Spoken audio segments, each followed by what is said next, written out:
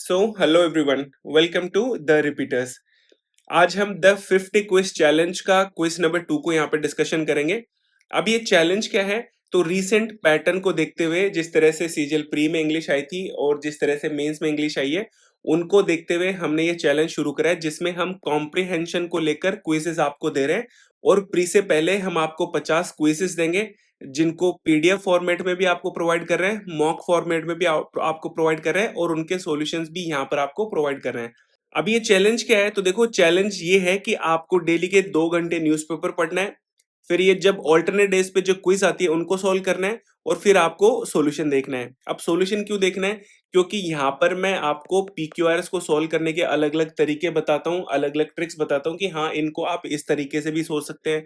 इसके अलावा clause test की जो एक्सप्लेनेशन है, कि अगर आपको क्लॉज टेस्ट समझ में नहीं आया या फिर किसी ऑप्शन में दिक्कत आ रही है, तो उनको यहाँ पर मैं बताता हूँ। और इसके अलावा पैसेज को भी पूरा, जिस तरह से क्लॉज टेस्ट को एक्सप्लेन करता हूँ, उसी तरीके से आपको पैसेज भी यहाँ पे सॉल्व करके दिखाता हूँ। ठीक है, तो चलिए अब हम बात करेंगे क्विज नंबर 2 की।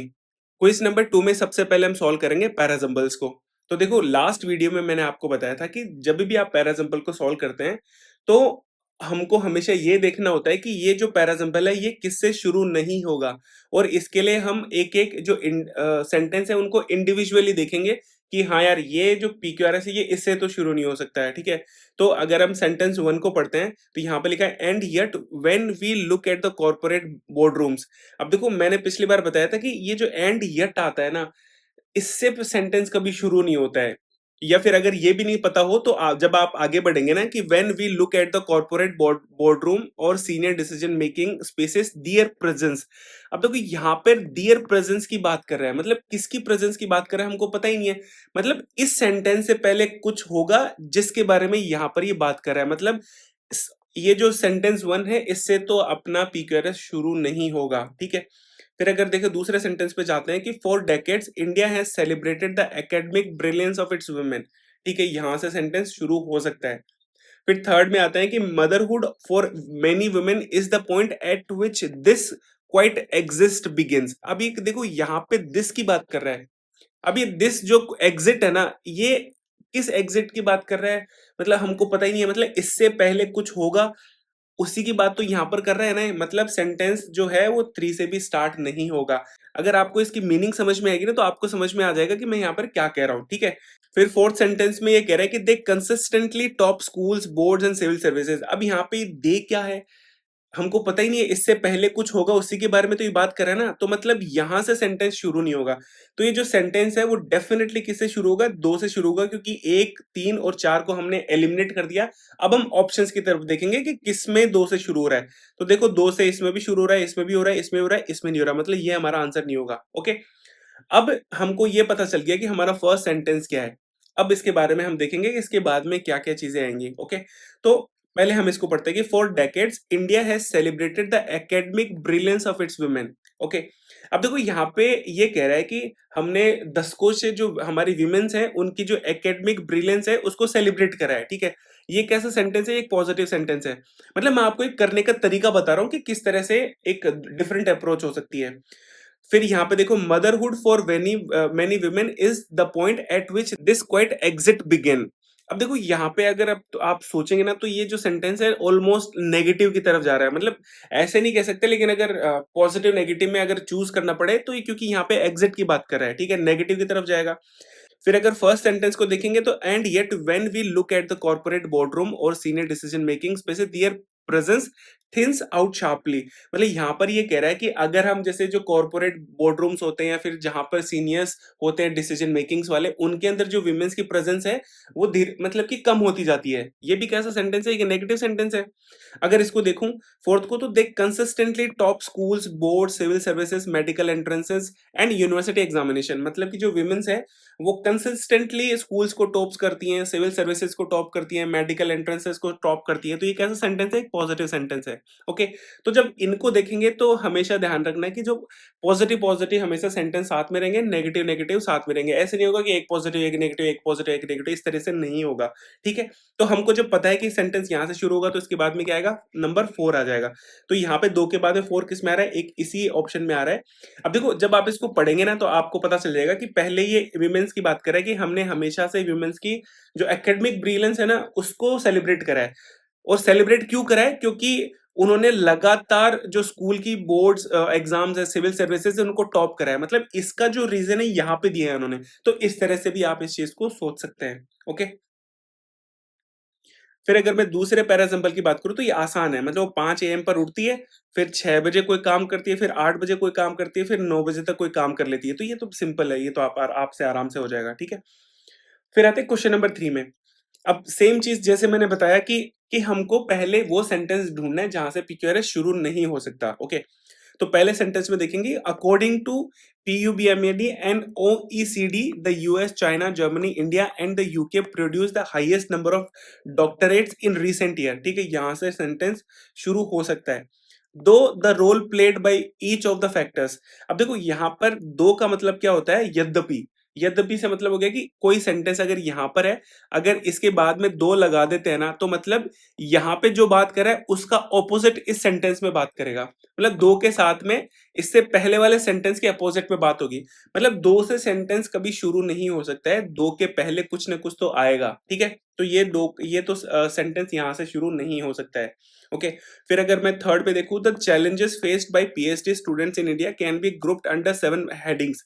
यहां से भी सेंटेंस शुरू हो सकता है। ओके, फिर अगर फोर्थ की बात करें तो India has a fairly large number of PhD holders but the attrition rate is quite high. मतलब यहां से भी सेंटेंस को शुरू हम कर सकते हैं। तो हमसे एक ही ऑप्शन को एलिमिनेट कर पाए और वो था दो, कि यहां से हम सेंटेंस को शुरू नहीं कर सकते। अब हम जाएंगे ऑप्शंस की तरफ। तो देखो ऑप्शंस में ये वाला ऑप्शन गलत हो गया, बाकी सब ऑप्शंस से शुरू रहा है। अब हमको सेकंड स्टेप क्या रहता है कि हमको ये देखना होता है कि एक के बाद में कौन सा सेंटेंस कहां से शुरू कर रहा है। वो तो एक के बाद में तीनों से ही शुरू कर रहा है। तो अब हमको इनमें लिंक्स देखने होंगे कि वो लिंक्स कहां पर बैठ रहे हैं। ठीक है, अब देखो यहां पर अगर आप सेंटेंस नंबर 2 को देखेंगे तो यहां पर ये क्या कह रहा है कि दो the role played by each of the factors is different. मैंने आपको अभी क्या बताया कि जब भी दो लगता है तो दो से पहले कोई सेंटेंस आता है, उसके अपोजिट में दो के साथ में चीजें आती हैं। मतलब दो से पहले कुछ सेंटेंस आएगा और यहाँ पे क्या कह रहा है कि दो the role played by each of the factors is different. अब यहाँ पे फैक्टर्स की बात कर रहा है, मतलब इससे पहले कुछ फैक्टर्स बताए होंगे। तो जब अब इनमें ढूंढेंगे तो देखो यहाँ पर सेंटेंस नंबर 3 में आना, the challenges faced by PhD students in India can be grouped under 7 headings. Risk taking, publication, supervisory, office procedure, funding, time, mental wellbeing. तो ये जो फैक्टर्स है इनकी बात में कहां कर रहा है, यहां पर कर रहा है। तो पहले 3 आएगा और उसके बाद में 2 आएगा। तो अगर ऐसा ऑप्शन ढूंढेंगे तो 3 के बाद में 2 इसी में आ रहा है, ये भी नहीं आ रहा और ये भी नहीं आ रहा। तो हमारा आंसर हो जाएगा सी। ठीक है, तो इस तरह से आपको लिंक्स ढूंढने होते हैं। अगर आप इसको पढ़ेंगे तो भी आपको समझ में आ जाएगा, ज्यादा इतना टफ नहीं है वो। ओके, फिर आते हैं पैराजम्बल नंबर 4 में। अब देखो जहां पर S1 और S6 होता है, इसका मतलब ये होता है कि हमको सेंटेंस का स्टार्टिंग तो ऑलरेडी पता है। मतलब जो चीज मैंने यहाँ पर एलिमिनेट कर रहा था ना कि पहले सेंटेंस इससे शुरू नहीं होगा, ठीक है, फिर ऑप्शन एलिमिनेट कर रहे थे, वो चीज यहाँ पर हम नहीं कर सकते हैं। इसमें मैंने क्या बताया था कि जब भी अगर ऐसे सेंटेंस आए जिसमें S1 और S6 दे रखे हो तो हमको इन S1 के साथ में कौन सा आएगा और S6 के साथ में कौन सा आएगा, उनको लिंक बिठाना रहता है। तो अगर मैं S1 को देखूं तो अनदर डे अनदर टेम्पेस्ट इन ए टीपोट, इसका क्या मतलब होता है, इसका मतलब होता है कि राई का पहाड़ बनाना या फिर छोटी सी बात का बतंगड़ बना देना। ठीक है, तो ऐसी बात किसमें कह रहा है, तो जब आप इस सेंटेंस को पढ़ेंगे तो यहाँ पे देखो fourth option, this time over a piece in the Guardian that ask why a country that does not read for pleasure brothers to host 100 literature festivals। मतलब यहाँ पे अगर इस सेंटेंस को पढ़ोगे ना कि एक अलग दिन और अलग किसी छोटी सी बात का बतंगड़ बनाया जा रहा है। अब कौन सी बात का बतंगड़ बनाया जा रहा है, तो यहाँ पे देखना दिस टाइम, कि इस बार इस बात पे बतंगड़ बनाया जा रहा है। ठीक है, तो यहाँ का जो लिंक है ना वो यहाँ पर आ रहा है। तो सेंटेंस 4 से शुरू होगा। ठीक है, तो ये तो हमको पता चल गया, 4 से तो एक ही ऑप्शन है। लेकिन अगर मैं इस ही चीज को अगर मैं S6 से कंपेयर करके देखूं कि देखो यहाँ पे S6 के साथ में क्या आएगा, ठीक है? तो यहाँ पर ये कह रहा है कि there is a difference like the difference between a marriage and a wedding, ठीक है? और यहाँ पर मैरिज और वेडिंग के बीच में डिफरेंस दिखा रखा है। तो ऐसा कौन से इनमें से बता रखा है? तो अगर आप पढ़ेंगे तो यहाँ पे देखना सेंटेंस 1 को कि the literature festival is not for readers, कि जो लिटरेचर फेस्टिवल्स होता है ना वो रीडर्स के लिए नहीं होता, वो ऐसे लोगों के लिए होता है कि जो बस ऐसा दिखाना चाहते हैं कि हाँ भाई मैं एक रीडर हूँ, मैं भी किताबें पढ़ता हूँ। मतलब रियल में जो रीडर्स होते हैं उनके लिए लिटरेचर फेस्टिवल नहीं होकर ऐसे लोगों के लिए होता है जो कि दिखाना चाहते हैं कि वो रीडर्स है। और यहाँ पर भी एक डिफरेंस की बात कर रहा है, यहाँ पे डिफरेंस इसने बताया और यहाँ पर एक डिफरेंस बताया, तो मतलब S6 में क्या आएगा, इन दोनों के साथ में आएगा। अब इन दोनों में हमको लिंक बिठाना है, तो देखो पहले सेंटेंस कौन सा आएगा, एक आएगा कि जो लिटरेचर है वो रीडर्स के लिए होता है, वो किसके लिए होता है, ऐसे लोगों के लिए कि जो रीडर्स दिखना चाहते हैं, मतलब एक के बाद में दो आएगा और उसके बाद में क्या आएगा, S6 आएगा। तो लास्ट में कौन सा आएगा, एक और दो आएगा। तो लास्ट में एक और दो के लिए अगर हम देखेंगे तो ये दो ऑप्शन तो इनकरेक्ट हो गए, हमको ये दो ऑप्शन यहाँ पे मिल जाते हैं और फिर बाद में हमको इस वाले से लिंक बैठाना पड़ता है। ठीक है, तो इस तरह से हम ऑप्शंस को एलिमिनेट कर सकते हैं। तो ये सब तो था PQRS के बारे में। अब हम बात करेंगे क्लॉज टेस्ट की। तो जैसे मैंने आपको लास्ट टाइम बताया था कि आपको क्लॉज टेस्ट कैसे सॉल्व करना है, आपको पहले इसका 75% जो पोर्शन है वो पढ़ना है। पढ़ के आपको ये आइडेंटिफाई करना है कि ये क्लॉज टेस्ट किस बारे में है, फिर बाद में इनके क्वेश्चंस को सॉल्व करना है, ठीक है? तो यहाँ पर मैं आपको अभी एक इसकी ओवरव्यू देता हूँ कि ये क्लॉज टेस्ट किस बारे में कह रहा है। तो ये जो क्लॉज टेस्ट है, ये इटली के जो सर्दर्न हिस्से में एक टाउन है जिसका नाम है पोम्पई। उसके बारे में कह रहा है कि वो डिस्ट्रॉय हो गया था किसी वोल्केनिक इरप्शन की वजह से। अब मेरे को कैसे पता चला कि ये डिस्ट्रॉय हुआ था? तो देखो यहाँ पर देखो ये ट्रेजिक मोमेंट है। मतलब वोल्केनो से दो ही चीजें हो सकती हैं, या तो कोई चीज बनती है जैसे कि माउंटेन्स बनते हैं वोल्केनो से, या कोई चीज डिस्ट्रॉय होती है। तो यहाँ पे जब ट्रेजिक मोमेंट को जब आप देखेंगे तो इससे आइडिया लगता है कि वो चीज क्या हुई थी, डिस्ट्रॉय हुई थी। ओके, तो ये जो पोम्पई का जो शहर था वो डिस्ट्रॉय हो गया था वोल्केनिक इरप्शन की वजह से। लेकिन जो रोमन समाज था जो इस पोम्पई शहर में रहता था, उसकी जो पिक्चर है वो लोगों के दिमाग में अभी भी है। कैसे? क्योंकि जब ब्रिटिश जो स्कूल के बच्चे होते हैं ना, उनको जब लैटिन सिखाई जाती है तो उस टाइम पोम्पई की जो स्टोरीज होती है वो उनको बताई जाती है। तो उस स्टोरी की वजह से उन लोगों को जो रोमन एम्पायर रोमन जो समाज था वो कैसा था उसके बारे में उनको पता चलता है। अब देखो कभी भी कोई भी चीज की स्टोरी अगर हम सुनते हैं, ठीक है, तो उस स्टोरी में अगर कोई सेंटेंस बार बार यूज हो रहा है तो हमको वो सेंटेंस याद हो जाता है। तो ऐसे ही जब ये जो ब्रिटिश के चिल्ड्रंस थे, स्कूल्स के जो चिल्ड्रंस थे, वो जब उसी स्टोरी को बार बार सुनते थे तो वो कुछ सेंटेंसेस को ऐसे उनके दिमाग में रट गया था वो सेंटेंस, जैसे कि कैसिलियस इन होर्तो ईस्ट, जिसका मतलब था कैसिलियस इज इन द गार्डन। तो इस तरह के सेंटेंस उनको याद हो जाते थे। अब ये जो बुक्स थी ना जिनमें पोम्पई की स्टोरीज होती थी, तो उन बुक्स के अंदर जो स्टोरीज होती थी वो सिंपल स्टोरीज होती थी, मतलब उनकी सारी स्टोरीज को वो नहीं बताते। जैसे कि जो पोम्पई के लोग थे वो लोग क्या करते थे कि वो वॉल्स के ऊपर पिक्चर्स बनाते थे या फिर वहां पर कुछ लिखते थे जिनको क्या बोलते हैं, जिनको ग्राफिटी बोलते हैं। तो वो लोग ग्राफिटी बनाते थे, पिक्चर दीवारों पे वो कुछ पिक्चर्स या फिर ऐसे कुछ चीजें लिखते थे। और उनमें बहुत सारी जो पिक्चर्स या जो राइटिंग्स थी वो वल्गर होती थी, तो इस वजह से वो बुक्स के अंदर चीजें नहीं होती थी। इसके अलावा जो ग्राफिटी जो वो लिखते थे ना, उनमें सबसे कॉमन अगर कोई सेंटेंस था ना, तो वो ये था कि गॉस वॉज प्रेजेंट। अब इसको किस तरह से प्रोनाउंस करते हैं आई डोंट नो, ठीक है? तो ये सबसे कॉमन सेंटेंस था। अब ऐसा नहीं है कि जो रोमन लोग थे उन्हीं की ग्राफिटी वहां पर मिली, वहां पर तमिलियंस की भी ग्राफिटी मिली। जैसे कि वहां पर लिखा हुआ था कि कोपन वर्ता कंतन, जिसका मतलब था कि कोपन आया और कोपन ने ये सब देखा। तो ये चीज लिखी हुई थी जो कि तमिल लैंग्वेज में लिखा हुआ था वहां पे, ठीक है? और ऐसी बहुत सारे वहां पे ग्राफिटी तमिलियंस की भी मिली। तो यही सब चीजें यहाँ पर लिखी हुई हैं। अब हम इसके जो क्वेश्चंस है उनको यहाँ पर सॉल्व करेंगे। तो जो पहला है, पोम्पई का जो टाउन है वो वोल्केनिक इरप्शन की वजह से डिस्ट्रॉय हो गया था। मैंने बताया ना डिस्ट्रॉय हो गया था। तो डिस्ट्रॉय का जो सेंस है वो कौन सा ऑप्शन दे रहा है? देखो कैप्चर्ड नहीं होता है, ठीक है, क्रिएटेड नहीं होगा। यहाँ पे देखो दो ही ऑप्शन यहाँ पर हो सकते हैं, या तो क्रिएटेड या डिस्ट्रॉयड। क्योंकि वोल्केनो से क्रिएट क्या होता है, माउंटेन्स होते हैं। तो यहाँ पे ट्रेजिंग मोमेंट है तो यहाँ पे क्या आ जाएगा, क्रिएटेड तो आएगा नहीं, डिस्ट्रॉय आएगा, ठीक है। कंडेम्ड का मतलब होता है कि किसी की निंदा करना, तो ये ऑप्शन भी नहीं आएगा। तो यहाँ पर क्या आ जाएगा, कंज्यूम्ड। किसी ने मतलब कि वो जो टाउन था उसको वोल्केनिक इरप्शन ने पूरा कंज्यूम कर लिया, पूरा उसको डिस्ट्रॉय कर दिया। तो यहाँ पे ऑप्शन नंबर 20 का आंसर हो जाएगा। फिर इसमें दूसरा क्वेश्चन है कि the most but also the most universal are perhaps the simple sentence of presence. मतलब यहाँ पे सेंटेंस ये कह रहा है कि वहां जो ग्राफिटीज थी उनके अंदर जो सबसे कॉमन जो राइटिंग थी ना, वो क्या थी कि वो लोग अपनी प्रेजेंस को दिखाते थे। जैसे कि गॉस वॉज हियर, कि वो यहाँ पर प्रेजेंट था, ठीक है, तो वो प्रेजेंस को दिखाते थे। तो यहाँ पर अगर मैं इस क्वेश्चन को देखूं तो देखो यहाँ पर क्या है, यहाँ पर बट ऑल्सो है। बट ऑल्सो का क्या मतलब होता है कि अगर पहले कुछ पॉजिटिव वर्ड आता है तो उसके आगे भी कुछ पॉजिटिव वर्ड होगा। तो यहाँ पर आगे क्या है, मोस्ट यूनिवर्सल है, तो इसी तरीका का वर्ड भी इससे पहले रहेगा। जैसे कि नॉट ओनली बट आल्सो में क्या होता है कि अगर ये नेगेटिव है तो यहाँ पर भी नेगेटिव आएगा, अगर ये पॉजिटिव है तो ये भी पॉजिटिव आएगा। तो इस तरह से हमको चीजें देखनी होती हैं। तो अगर इसके ऑप्शंस की तरफ देखें तो इनोक्यूअस का मतलब होता है हार्मलेस, ठीक है, जिसको हार्म नहीं कर सकते। वैक्यूअस का मतलब होता है वैक्यूम की तरह कि जो खाली होता है। वेनमनस का मतलब होता है कि जहरीला। और एनोनिमस का मतलब होता है कि गुमनाम। अब देखो अगर पॉजिटिव सेंटेंस की तरफ देखें तो गुमनाम तो नेगेटिव वर्ड है, वेनमनस का मतलब हो गया कि जहरीला, ये भी नेगेटिव वर्ड है, और वैक्यूम भी एक खाली सा होता है। तो यहाँ पे तो मोस्ट यूनिवर्सल लिखा है, यहाँ पे वैक्यूअस लिखा है, तो ये तो दोनों उल्टे हो गए ना दोनों। तो ये भी ऑप्शन इसका नहीं आएगा, तो क्या आ जाएगा इसका, ऑप्शन नंबर 2 इसका आंसर आ जाएगा। फिर अगर मैं थर्ड में देखूं कि द वर्ड कोपन वर्ता कंतन, मतलब कोपन आया और उसने देखा, where in the tomb in the Egypt valley of the kings, मतलब टॉम्ब के ऊपर ऐसे वर्ड्स लिखे हुए थे, ग्राफिटी थी। ग्राफिटी क्या होती है, पिक्चर्स होती है, फिर उस पर लिखा रहता है। तो टॉम्ब पे अगर कोई चीज लिखी होती है तो उसको क्या बोलते हैं, इंस्क्राइब्ड। ठीक है, ये तो सिंपल होगा, आपको पता होगा ये सब। तो फिर आते हैं क्वेश्चन नंबर 4 पे। अब ये थोड़ा सा मतलब ट्रिकी क्वेश्चन हो सकता है, लेकिन अगर आप लिंक बिठाने की कोशिश करेंगे और ऑप्शंस को एलिमिनेट करेंगे तो बन जाएगा।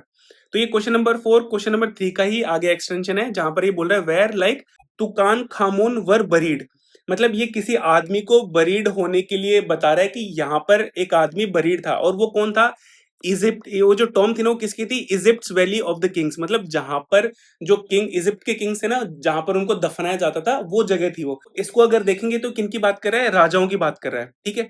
तो अगर ऑप्शंस को एलिमिनेट करेंगे तो यहाँ पे गोस्ट हो जाएगा, ये गलत है, गैंग्स ये गलत हो जाएगा, प्रीस्ट जो पादरी होते थे वो गलत हो जाएगा, और यहाँ पर इसका मतलब हमको नहीं पता, मतलब ये इसका आंसर हो जाएगा। तो इस तरीके से ऑप्शंस को एलिमिनेट करके क्वेश्चन की मीनिंग को समझ के फिर हमको क्लॉज टेस्ट को करना है। ओके, तो ये था हमारा क्लॉज टेस्ट, इस तरह से इसको करेंगे।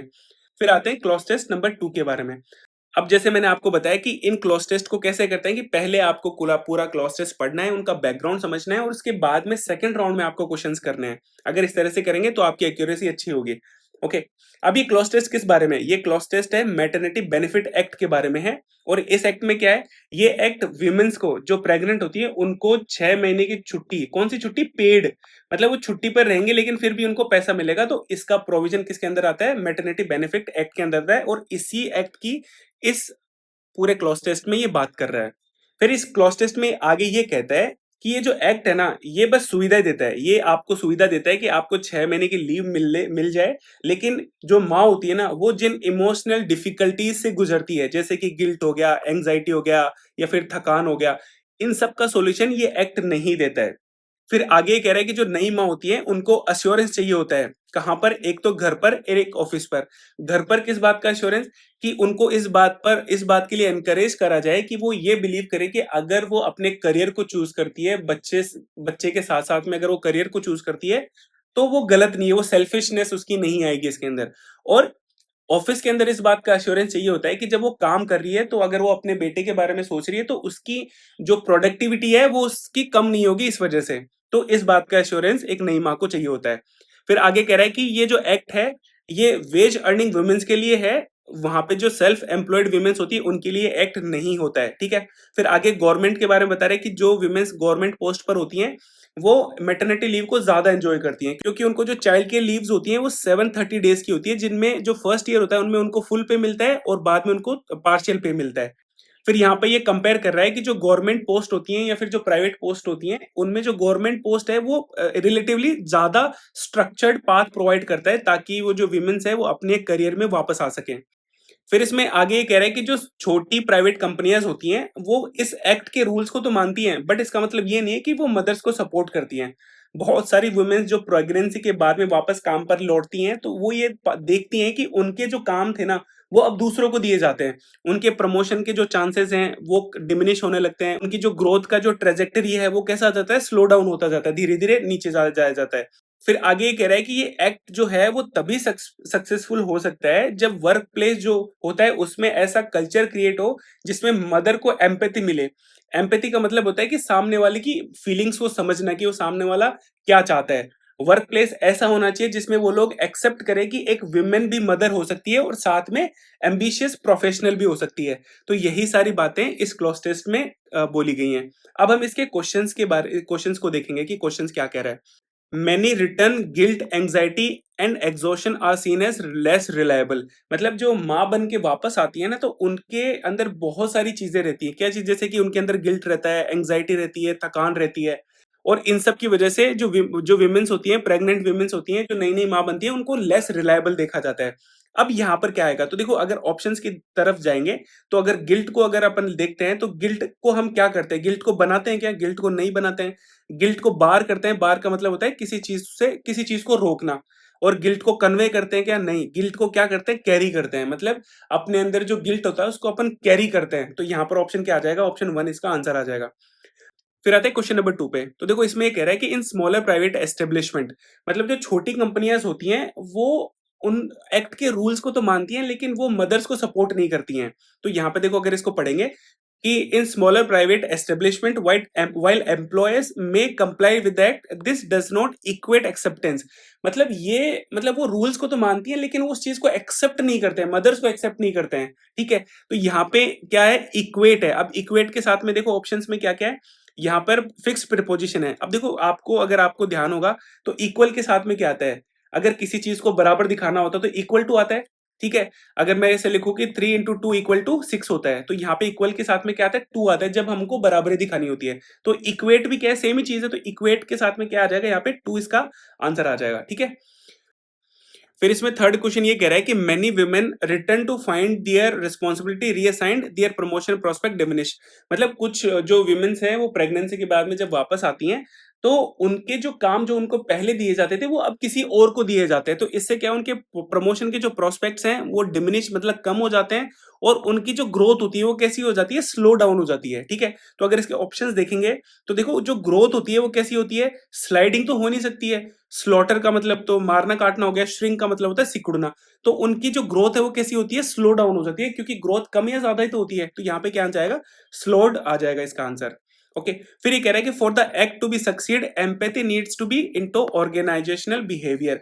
अब देखो, ये एक डिफिकल्ट क्वेश्चन है। डिफिकल्ट क्वेश्चन तो नहीं है, लेकिन अगर इनके ऑप्शंस को देखेंगे और मीनिंग को समझेंगे तो आप कर सकेंगे, अदरवाइज थोड़ा सा डिफिकल्ट है ये। यहाँ पर ये कह रहा है कि ये जो एक्ट है ना, अगर ये अब हम इसको सक्सेसफुल होता देखना चाहते हैं ना, तो जो वर्क प्लेस है उसमें ऐसा कल्चर क्रिएट होना चाहिए जिसमें मदर को एम्पैथी मिले। एम्पैथी का यहाँ पर मतलब है कि उसकी फीलिंग्स को समझा जाए। ओके, तो अगर ऑप्शन की तरफ देखेंगे तो ऐसा कौन सा ऑप्शन है जो ये चीज बता रहा है? ठीक है, तो देखो, गैस का मतलब होता है थकान होता है, तो इसका तो कोई मतलब होता है। वूमन का मतलब होता है कि किसी चीज को पिरो देना, मतलब किसी चीज के अंदर डालना। वेव्ड का मतलब होता है किसी चीज को जैसे कम करना, जैसे कि अपने जो टैरिफ्स है उनको वेव कर दिया, उनको कम कर दिया, तो यहाँ पर ये भी सेंस नहीं आता। और वेव्ड का मतलब होता है हाथ को हिलाना, तो ये भी ऑप्शन इसका नहीं होगा। ठीक है, तो यहाँ पे क्या आ जाएगा? वूमन आंसर आ जाएगा। क्यों? क्योंकि वो उस ऑर्गेनाइजेशनल बिहेवियर है ना, उसके अंदर उस चीज को डालना चाहते हैं, किसको? एम्पैथी को। ठीक है, तो इससे ये वाला आंसर आ जाएगा। अब देखो, यहाँ पे ये जो ऑप्शन है ना, ये सारे होमोनिम्स हैं, तो इस वजह से थोड़ा सा अगर आपको मीनिंग नहीं पता हो तो डिफिकल्ट हो सकता है, अदरवाइज ये आसान है। ओके, अब हम बात करेंगे पैसेजेस की। अब मैंने आपको पैसेज को सोल्व करना बताया था कि पैसेज को किस तरह से सोल्व करना होता है। तो देखो, अगर पैसेज को हमको सोल्व करना है तो इसके दो तरीके बताए थे मैंने। एक तो तरीका ये था कि आप या तो पूरे पैसेज को पढ़ लो, उसके बाद में क्वेश्चन को आंसर करो, या दूसरा तरीका ये होता है कि आप पहले क्वेश्चन को पढ़ लो और उसके बाद में पैसेज को पढ़ो। तो दोनों में कमियां मैंने ये बताई थी कि अगर आप पहले पैसेज को पढ़ते हैं और फिर क्वेश्चंस को लगाते हैं तो पैसेज कभी कभी बड़े होते हैं, जैसे कि ये वाला है। ठीक है, तो ऐसे बड़े पैसेज में हम भूल जाते हैं कि कहां पर ये चीज लिखी गई थी, तो हमको दोबारा पैसेज पढ़ना पड़ता है। और जब क्वेश्चन अगर हम पढ़ लेते हैं और उसके बाद में पैसेज को लगाते हैं तो हम हमेशा क्वेश्चन के आंसर ही ढूंढते रहते हैं उसके अंदर। मतलब उस पैसेज को हम समझने की इतनी कोशिश नहीं करते हैं। और जो क्वेश्चंस होते हैं मोस्टली कैसे होते हैं कि जो पैसेज होता है उसकी मीनिंग पे बेस्ड क्वेश्चंस होते हैं। तो अगर मीनिंग नहीं समझेंगे तो उन क्वेश्चन को प्रॉपरली नहीं लगा पाएंगे अपन। तो इसका एक हाइब्रिड मॉडल मैंने बताया आपको कि आप किस तरीके से कर सकते हैं कि आप पहले पैसेज को 50 से 60% पढ़ लीजिए, उसके बाद में क्वेश्चंस के ऊपर जाइए। अब इस 50 से 60% के मतलब कि थोड़ा बहुत पैसेज आपने पढ़ा, अब थोड़ा बहुत ही है तो आप उसको रिटेन भी रख पाएंगे। और इन क्वेश्चंस में से अगर इस पैसेज इन जो आपने पढ़ा उसमें से आएगा तो उसको आंसर लगा देंगे, कि पैसेज को भी आप इस तरह से पढ़ सकते हैं। तो आपको ये तरीका अपनाना है, ये बेटर अप्रोच है इन दोनों मेथड से। ठीक है, तो अब मैं यहाँ पर आपको पैसेज का मीनिंग बता देता हूँ और उसके बाद में हम क्वेश्चंस के ऊपर जाएंगे। तो देखो ये क्वेश्चन क्या कह रहा है कि अभी एक रिपोर्ट आई थी इंडियन एक्सप्रेस में, कब, फरवरी 9 को आई थी, जिसमें ये बोला गया है कि जो अब जो कैबिनेट सेक्रेटरीट है उसने परफॉर्मेंस बेस्ड स्कोर कार्ड जारी कर दिया, किसके लिए, सेक्रेटरीज के लिए। अभी सेक्रेटरीज कौन होते हैं, तो देखो इसमें जो 80 to 90% जो लोग होते हैं वो तो कौन होते हैं, आईएएस होते हैं। जो सीनियर आईएएस होते हैं वो सेक्रेटरी बन जाते हैं, और इसके बाद में कुछ बाहर से भी लोग आते हैं, मतलब जो नॉन आईएएस बैकग्राउंड्स होते हैं उनसे भी ये जो सेक्रेटरीज होते हैं वो चुनकर यहाँ पर आए जाते हैं, जैसे कि जो इंडियन फॉरेन सर्विसेज हो गई या फिर अदर सेंट्रल सर्विसेज हो गई, इंजीनियर साइंटिस्ट, यहाँ से भी सेक्रेटरी लोग बनते हैं। अब ये जो सेक्रेटरीज होती हैं इनका काम क्या होता है, तो देखो अगर कोई भी गवर्नमेंट है, ठीक है, वो अगर पॉलिसी बनाती है ना, तो इस पॉलिसी का क्या आउटकम हो सकता है, इस पॉलिसी के क्या पॉजिटिव हो सकते हैं, क्या नेगेटिव हो सकते हैं, ये काम किसके होते हैं, ये काम होते हैं सेक्रेटरीज के, कि वो उनको इनपुट देते हैं। तो अगर इनको लेकर अगर परफॉर्मेंस बेस्ड अगर स्कोर कार्ड जैसा कुछ अगर इंट्रोड्यूस कर देंगे, तो यहाँ पर इनका जो पर्पस था ना ये सेक्रेटरीज को बनाने का, या फिर यूपीएससी जो कैंडिडेट को सेलेक्ट करके आईएएस बनाती है और आईएएस क्या बनते हैं, सेक्रेटरीज बनते हैं, तो उसका जो पर्पस था वो फुलफिल नहीं होगा। क्यों नहीं होगा, क्योंकि यहाँ पर हम क्या देखते हैं कि हम जो पैरामीटर्स क्या हैं, जो score card covers a dozens parameters relies on quantifiable indicators such as file disposal rates, reproduction of the pendency, expenditure control, output delivery। मतलब ये जो स्कोर कार्ड है वो इन चीजों पे बेस्ड है कि आप कितनी जल्दी काम को करते हैं, कितनी फाइलों को जल्दी से जल्दी आप सॉल्व करते हैं, जो आपकी पेंडेंसी है उसको कितना जल्दी खत्म करते हैं, एक्सपेंडिचर को आप कंट्रोल करते हैं और आउटपुट जल्दी देते हैं। तो इस पे बेस्ड रहेगा, ठीक है, और इसमें नेगेटिव मार्क्स भी रहेंगे और उनको नेगेटिव मार्क्स भी दिए जाएंगे, और जो कैबिनेट सेक्रेटरी है जो स्कोर देगा लोगों को, उसके पास में स्मॉल डिस्क्रिशनरी पावर भी होगी उनको मार्क्स देने की। तो यहाँ पर इस रिपोर्ट में ये बोला गया है कि जो कैबिनेट सेक्रेटरी होते हैं उन्होंने एक नया रूल इंट्रोड्यूस कर दिया है, जिसके अंदर यूनियन सेक्रेटरीज को वो स्कोर देंगे और उस स्कोर के बेसिस पे उनका प्रमोशन वगैरह सारी चीजें होंगी। अब इसमें आगे पैसेज में ये बोल रहा है कि इनमें कुछ कमियां हैं। अब कमियां क्या क्या हैं, तो देखो यहाँ पे कमियां गिना रहे हैं कि पहली कमी ये है कि जो मार्किंग सिस्टम है ना, वो इंस्टीट्यूशनल मेमोरी को खत्म कर देगा, मतलब उसको इरोड कर देगा। इसका मतलब ये है कि अगर कोई भी जो नया इनिशिएटिव होता है, अगर उसको अपन एक डिस्क्रीट प्रोजेक्ट, मतलब एक अलग प्रोजेक्ट की ओर देखेंगे, तो जो इंस्टीट्यूशनल मेमोरी है वो डिस्पेंसिबल हो जाएगी, मतलब वो खत्म सी हो जाएगी। ओके, फिर इसमें सेकंड ये कह रहा है कि अगर इस तरह का स्कोर कार्ड सिस्टम अगर आता है, तो जो पॉलिसी डिजाइन या फिर पॉलिसी मेकिंग है उनमें ब्यूरोक्रेसी क्या हो जाएगी, दूर हो जाएगी इनसे। क्यों दूर हो जाएगी, कि पॉलिसी मेकिंग में जो ब्यूरोक्रेट्स है उनका काम क्या होता है कि वो उनके पॉजिटिव नेगेटिव्स बताए, उनके आउटकम्स बताए। तो जब इनका आउटर इन्फ्लुएंस होता है, पॉलिटिकली मोटिवेटेड अगर चीजें रहती है, तो उनको इंस्ट्रक्शंस मिलते हैं, तो क्या करते हैं, स्टेप बैक कर लेते हैं कि वहां से पीछे हट जाएंगे ये लोग, और अपनी चीजों को सिर्फ ये देखेंगे कि मेरे को ये टारगेट है, मेरे को इस टारगेट को इतने टाइमलाइन में पूरा करना है। तो इससे क्या होगा कि जो फाउंडेशन है ना ब्यूरोक्रेसी की, वो कमजोर पड़ जाएगी। फिर इसमें थर्ड ये कह रहा है कि कोई भी कंपिटिटिव जो ब्यूरोक्रेसी होती है उसका काम क्या होता है, कि जैसे कोई बैड पॉलिसी आई, तो बैड पॉलिसी के ऊपर उनके फ्लोज को बताना, उनको चेंज करना, ठीक है, तो ये सारे काम किसके होते हैं, ब्यूरोक्रेसी के होते हैं। अगर ये चीज जो स्कोर कार्ड बेस्ड सिस्टम आ गया तो उनका काम ये बचेगा ही नहीं, तो फिर वो अगर यही काम नहीं बचेगा तो फिर वो कंपिटेंट कैसे रहेंगे। फिर इसमें आगे ये कह रहा है कि ऐसा नहीं है कि जो सीनियर ऑफिशियल्स है उनको अकाउंटेबल नहीं ठहराना चाहिए, मतलब यहाँ पर ये किनकी बात कर रहा है, यूनियन सेक्रेटरीज की बात कर रहा है कि उनको अकाउंटेबल ठहराना चाहिए। लेकिन उनको अकाउंटेबल ठहराने के लिए अलग अलग इंस्टीट्यूशन है तो सही, जैसे कि कैग हो गया, सीवीसी हो गया, पब्लिक अकाउंट कमेटी हो गया, एस्टिमेट कमेटी हो गया, ये काम इनका है। आप ये काम किसको दे रहे हो, कैबिनेट जो सेक्रेटरी है उसको काम दे रहे हो, जो कि गलत है।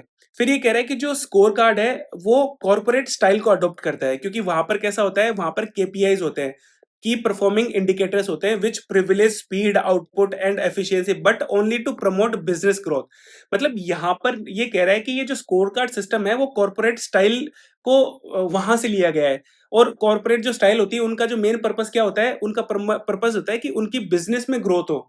जबकि हमारे अगर ब्यूरोक्रेसी की बात करें तो उसमें इस तरह का पर्पस तो होता नहीं है। तो यही सारी बातें इस पैसेज में कही गई है। अब हम पैसेज के क्वेश्चंस को सॉल्व करते हैं, ठीक है। अब इसमें पहला क्वेश्चन ये कह रहा है कि which of the following best express the central concern of the passage. अब देखो जो चीज मैंने बताई अगर आपको समझ में आई तो आराम से इस क्वेश्चन को कर सकते हैं। अब इन क्वेश्चन को कैसे करना है, हमको गलत ढूंढने हैं, हमको सही नहीं ढूंढने हैं, ठीक है। तो अगर गलत ढूंढेंगे तो देखो, the need to modernise bureaucratic procedure through technology.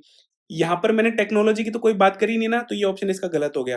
The risk of evaluating senior civil servants only through quantifiable performance metrics, बिल्कुल सही है कि ये इसी की तो बात कर रहा है। ठीक है, कि अगर उनको स्कोर कार्ड के बेस पे चीजें देखेंगे तो उनका रिस्क क्या क्या होगा, यही सब चीजें इस पैसेज में बताई गई हैं।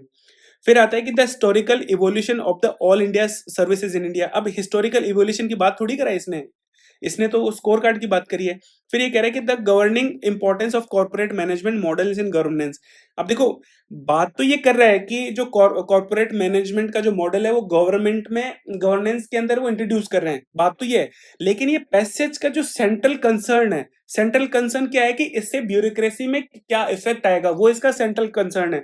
तो इसमें आंसर क्या आ जाएगा, बी इसका आंसर आ जाएगा, ये इसका आंसर नहीं आएगा। अपन को बेस्ट पॉसिबल आंसर ढूंढना होता है। ओके, फिर दूसरा ये कह रहा है कि the newly introduce performance score card primarily rely on. अब देखो ये तो यहां से उठाया गया है इस लाइन से।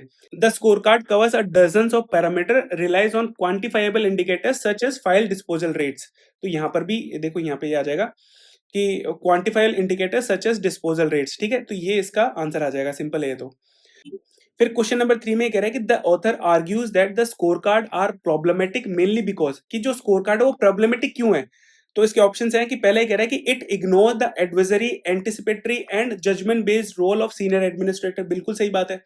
Fail to reward technical expertise in specialised department, ये तो ऑप्शन ही गलत है। ठीक है, are applied only to limited number of official, यहाँ पर लिमिटेड नंबर ऑफ ऑफिशियल की तो बात करी नहीं गई, यहाँ पे तो जितने भी ऑफिशियल थे, यूनियन सेक्रेटरी थे, उनकी बात यहाँ पर कर रहा है, तो ये ऑप्शन भी गलत हो जाएगा। फिर ये कह रहा है depend excessively on digital monitoring tools, ये भी यहाँ पर ऑप्शन गलत हो जाएगा। तो क्या इसका आंसर आ जाएगा, ए इसका आंसर हो जाएगा, सिंपल क्वेश्चन है। ठीक है, फिर क्वेश्चन नंबर 4 कह रहा है कि the passage suggest that reducing the role of secretaries to rapid and compliant implementation में, मतलब कि जो सेक्रेटरीज का रोल है वो अगर इतना ही सीमित कर दिया जाए कि उनको बस रैपिड और कंप्लायंट इंप्लीमेंटेशन करना है, तो इसके क्या आउटकम्स हो सकते हैं। स्ट्रेंथन डेमोक्रेटिक अकाउंटेबिलिटी, इससे स्ट्रेंथ थोड़ी होगी। ठीक है, इससे तो उल्टा कम होगा वो। Eliminate delays causes bye inter departmental consultation, ये भी गलत है, यहाँ पे ऐसी कोई बात ही नहीं करेगी। फिर आता है कि increase coordination between political administration, ये भी गलत है यहाँ पर ये चीज कोऑर्डिनेशन थोड़ी इंक्रीज होगा। फिर ये कह रहे हैं कि transform civil services into passive executor rather than policy adviser, बिल्कुल सही बात है। क्योंकि देखो, जो सेक्रेटरीज थे उनका काम क्या था कि पॉलिसी में एडवाइस करना था कि इसमें क्या सही है क्या गलत है। तो वो पॉलिसी एडवाइजर न बन के क्या बन जाएंगे, सिर्फ एग्जीक्यूटिव्स बन जाएंगे। उनको सिर्फ टारगेट्स का पता होगा कि हमको इनको टारगेट्स को इंप्लीमेंट करना है, टाइम बाउंड मैनर में करना है। तो यहाँ आंसर क्या आ जाएगा, डी इसका आंसर हो जाएगा। फिर अगर मैं क्वेश्चन नंबर 5 की बात करूं, तो the comparison of the score card system to corporate KPIs implies that governance. ठीक है, अब ये कह रहा है कि जो स्कोर कार्ड है अगर उसको कंपेयर करते हैं केपीआई से, तो इससे क्या इंप्लाई होता है, it can be seamlessly aligned with the profit driven organisational model. ठीक है, ये तो बिल्कुल नहीं है कि प्रॉफिट ड्रिवन थोड़ी है।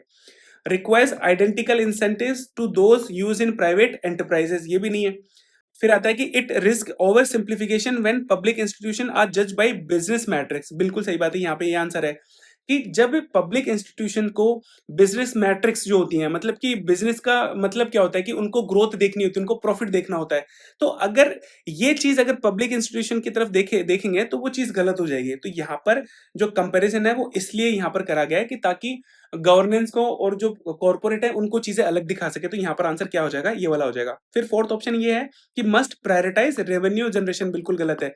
ठीक है, तो इस तरह से अगर आप पैसेज को अच्छे से समझ पाएंगे तो ये जो इनर मीनिंग होती है ना पैसेज की, उन क्वेश्चंस को आप आराम से लगा पाएंगे। अब हम बात करते हैं पैसेज नंबर 2 की।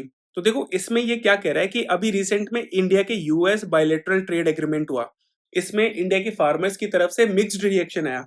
मिक्स्ड रिएक्शन कैसे, देखो इंडिया के जो लाइव स्टॉक फार्मर्स हैं, जैसे कि इनमें क्या क्या आता है, जैसे कि कैटल्स आ गया, पोल्ट्री आ गया, फिशरीज आ गया, श्रिम्स आ गए।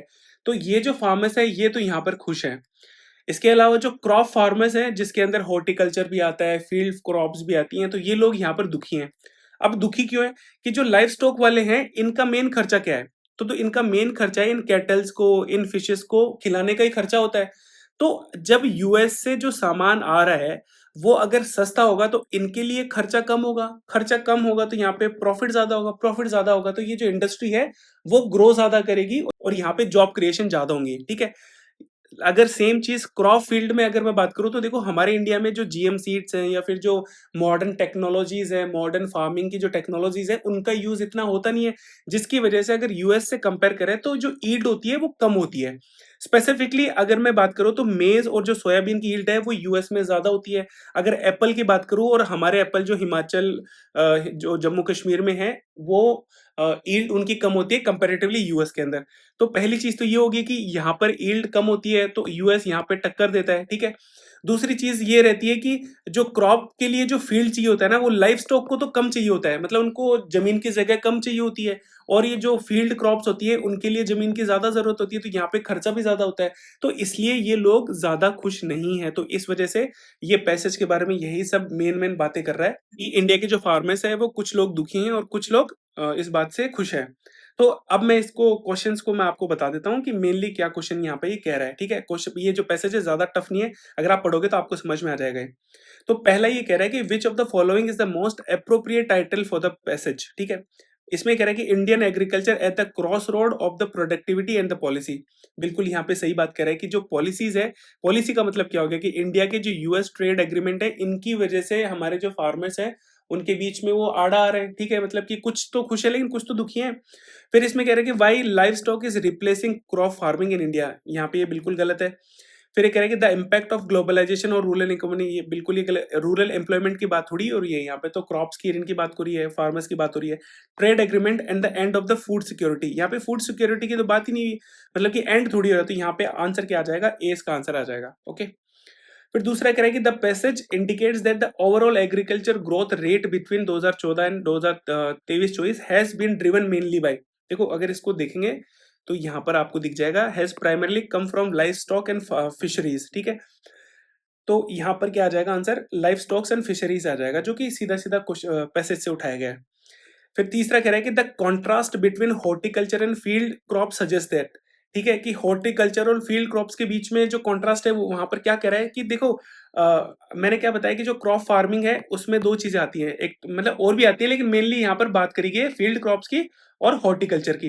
तो यहाँ पे जो ग्रोथ है ना, वो फील्ड क्रॉप्स की कम है, कंपैरेटिवली इनकी ज्यादा है जो हॉर्टिकल्चर्स है उन। तो अगर इसके ऑप्शंस पढ़ेंगे तो देखो ऑप्शन क्या कह रहा है कि all crops categories are equally productive, equally productive तो है नहीं, जैसे मैंने बताया इनकी ग्रोथ में डिफरेंस है। Diversification with crops explain variation in growth growth performance, बिल्कुल सही बात है, ऑप्शन इसका बिल्कुल करेक्ट है।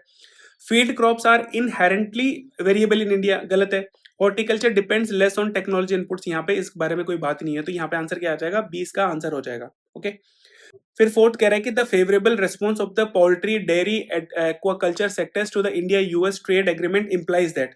अब देखो इसके ऑप्शंस पढ़ेंगे तो आपको ये पता चल जाएगा कि यहाँ पे कि they benefit from access to cheaper imported inputs rather than protectionist barriers. तो यहाँ पे ये बिल्कुल सही है क्योंकि वहां पे चीपेस्ट प्रोडक्ट्स आ रहे थे, इस वजह से ये जो सेक्टर है वो ग्रो कर रहा है, ओके। फिर इसमें लास्ट ये आ रहा है कि the author's discussions of yield gaps between India and US suggest that the primary challenge for the Indian crops farmers is, अगर इनके जो प्राइमरी चैलेंज है वो क्या है, तो देखो lack of access to international market, ये बिल्कुल गलत है, यहाँ पे ऐसी बात ही नहीं करी गई है। क्योंकि यहाँ पर बात करी गई ना कि जो टेक्नोलॉजिकली जो चीजें हैं वो इंडिया में इतना यूज नहीं हो रही है, इंटरनेशनल मार्केट की बात नहीं हो रही है। ओवर मैकेनिज्म ऑफ एग्रीकल्चर, ये गलत है। एक्सेसिव डिपेंडेंस ऑन इरिगेशन, ये भी गलत है। Structural and technology and constraint limiting productivity, यहाँ पे ये आंसर बिल्कुल सही हो जाएगा, ठीक है। तो इस तरह से अगर आपको इनका मीनिंग पता होना है कि यहाँ पर ये क्या बात कर रहा है तो आप इन क्वेश्चंस को आराम से लगा पाएंगे। तो इस तरह से आपको ये पैसेज वगैरह सॉल्व करने हैं, ओके। इस वीडियो में इतना ही, धन्यवाद।